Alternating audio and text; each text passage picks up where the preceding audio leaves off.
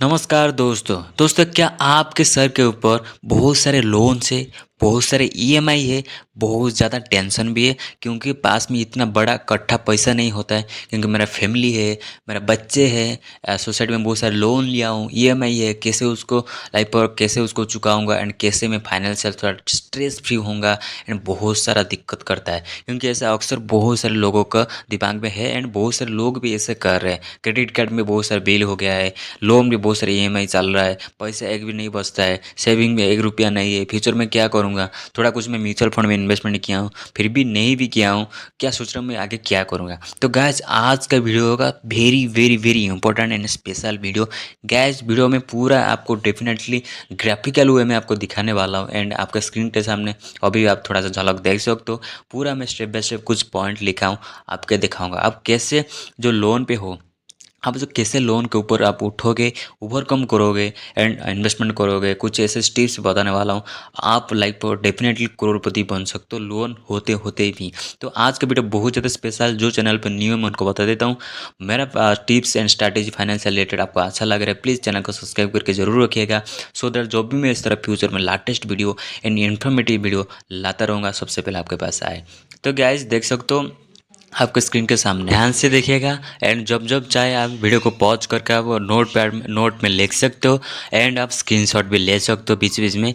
जो कुछ लिखा है इंग्लिश में लिखा है, आप थोड़ा पढ़ भी सकते हो, मैं थोड़ा थोड़ा ऊपर डिटेल में ऊपर बताऊंगा, आप उसको पॉज करके लिखोगे सो दैट आप थोड़ा फाइनेंशियल प्रॉपर कर सकते हो। देखो सबसे पहले हमारा जो पॉइंट है एक्सेस योर फाइनेंशियल सिचुएशन। तो सबसे पहले बिगिन करते हैं हमें जो मंथली इनकम जो होता है। मंथली इनकम देखो मैं एक एग्जाम्पल लिया हूँ, एक जो लिखा है एक एग्जाम्पल है।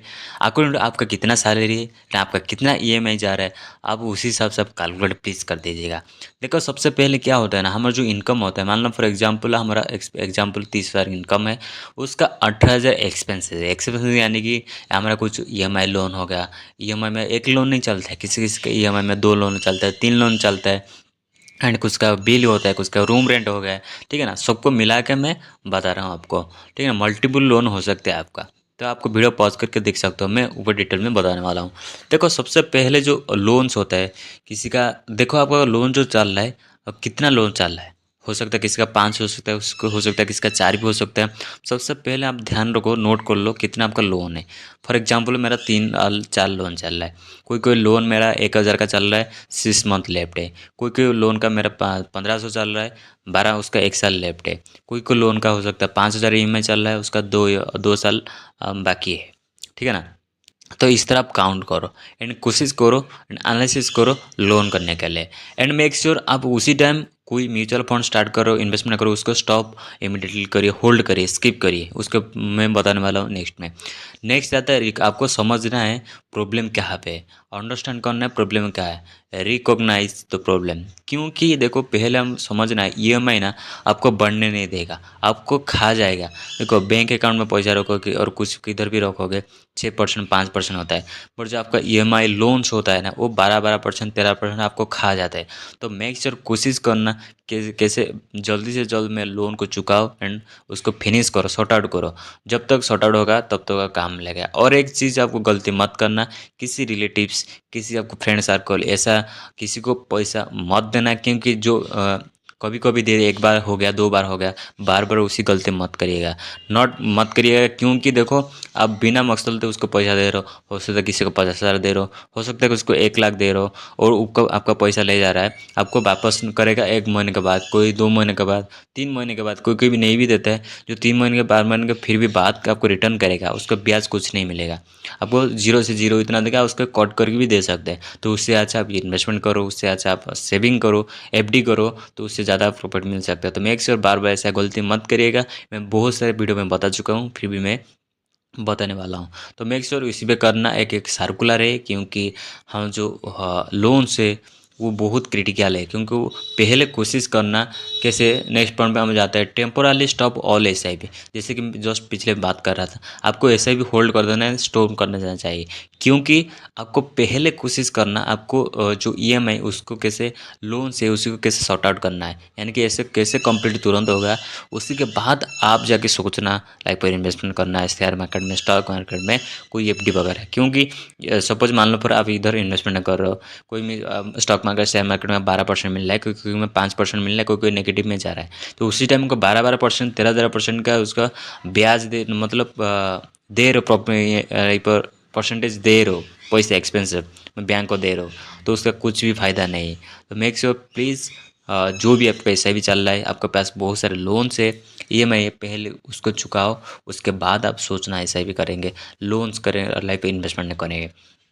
तो नेक्स्ट जाते हैं पॉइंट के ऊपर, क्रिएट एन इमरजेंसी फंड। देखो सबसे पहले देखो, आपको जो लोन्स है, लोन्स को चुकाने के बाद एंड तो उसका दूसरा काम क्या करना है, आपको एक इमरजेंसी फंड इकट्ठा करना है, तुरंत इन्वेस्टमेंट नहीं करना है। एटलीस्ट आपका जो सैलरी है, उसके सैलरी के हिसाब से आप सपोज मान लो फॉर एग्जांपल सैलरी 30,000 है, 30,000 से 90,000 आपको सेव करना है 3 मंथ के लिए, एटलीस्ट आपको सेव करना चाहिए, क्योंकि कोई भी इमरजेंसी हो सकता है, कोई भी हो सकता है। एंड फोर्थ फिफ्थ पॉइंट में जाए, clear the shortest loan fast, very very important है, क्योंकि जो आप सब मान लो फॉर एग्जांपल आपका 3 लोन चल रहा है, 3 लोन है, कोई लोन 1 साल है, कोई लोन 2 साल है, कोई लोन 5 महीना है, सिर्फ 5 महीना है, तो कोशिश करो कैसे कैसे उसको शॉर्टेस्ट जो लोन है उसको कैसे क्लियर जल्दी से करें। 5 महीने उसको जल्दी क्लियर कर दिए, उसके बाद 2 साल है उसको क्लियर कर दिए, उसके बाद 1 साल है, कोई 1.5 से 3 साल है उसको क्लियर कर दें। जैसे शॉर्टेस्ट रिकवर करोगे, आपका पैसा बढ़ता जाएगा। फॉर एग्जाम्पल मान लो आपका 3 EMI चल रहा था, तो उस इसमें सबका 1,000 चल रहा था, किसी का 1,000, किसी का 2,000, किसी का 4,000। सबसे पहले 4,000 तो 5 महीना था, उसको कंप्लीट कर दिया, आपका 4,000 बच गया। उसके बाद तो सेकंड EMI चल रहा था 2,000 का, उसका 2,000 कंप्लीट हो गया, उसका 2,000 बच गया, 4, 5, 6,000 बच गया आपका। नेक्स्ट जो थर्ड EMI आपका चल रहा था वो भी 2,000 चल रहा था, उसको 2,000 कंप्लीट होने के बाद और आपका बच गया 8,000 लगभग हैंड टू हैंड बचता है। Tackle the next loan strategy, जैसे कि आप पहले जो आपका नज़दीक है, जो लोन का आप क्रॉस किए हो यानी कि टैकल किए हैं, उसके बाद सोचना फिर नेक्स्ट जो लोन है उसको कैसे मैं टैकल करूँगा। नेक्स्ट आता है build momentum with each clear loan.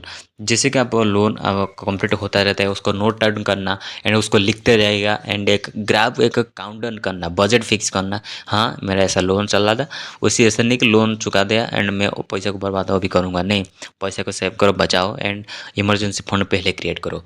जैसे जैसे आप सब पर मान लो फॉर एग्जांपल आपका जो जितना भी EMI लोन्स वगैरह चल रहा था सब मतलब कंप्लीट हो गया, आप अभी खुश हो, अभी आप सोचना इन्वेस्टमेंट करने के लिए।